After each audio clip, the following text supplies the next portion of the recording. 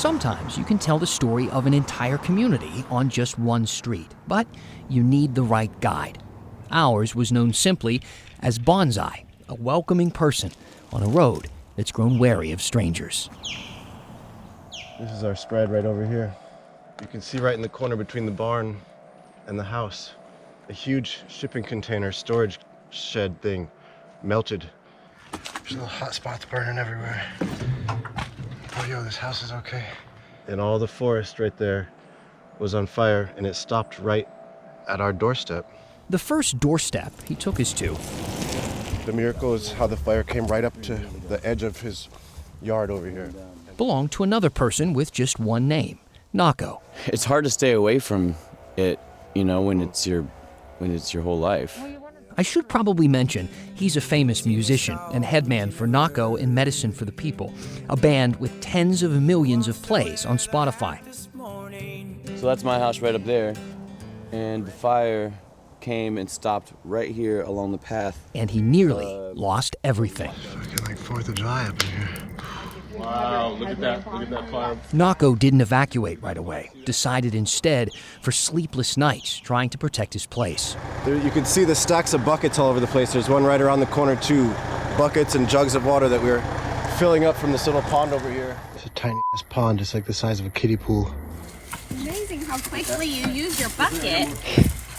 They're not sure how much the buckets helped, but the home was spared. Yeah. This is very close to my house. It's probably about 100 yards away. Yeah.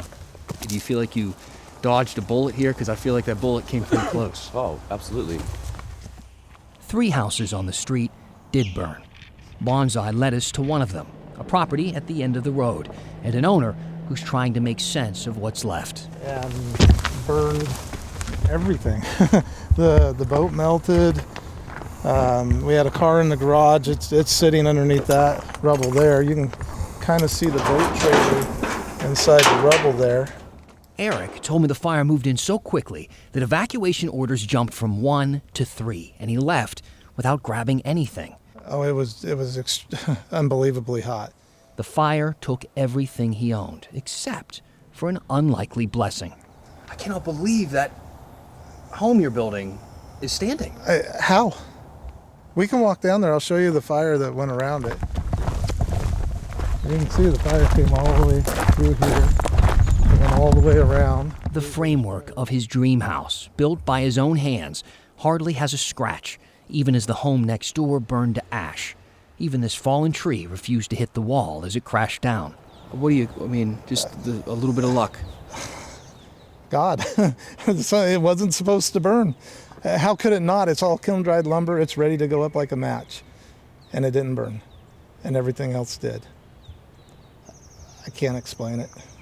It was a miracle, an absolute miracle. And while Eric leans on faith, the street relies on each other. We all need to hold each other up and say, we're here for you. And We have a tight little community in this neighborhood. Bonsai sent out a neighborhood text when the flames got close. I wrote to them, hey everyone, I'm so sorry to say that it seems like the worst case scenario is here. All the fire trucks are parked here in town. It seems like they had to retreat.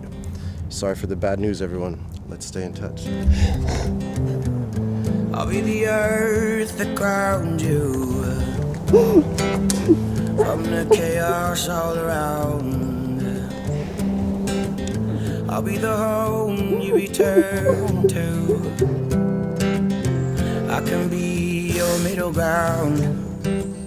It's been an emotional experience. As a reminder. Not necessarily sad, a lot like some of Nako's music. There's a hopeful sense on this street, and with the people living on it, that soon the smoke will clear for a better path through Estacada.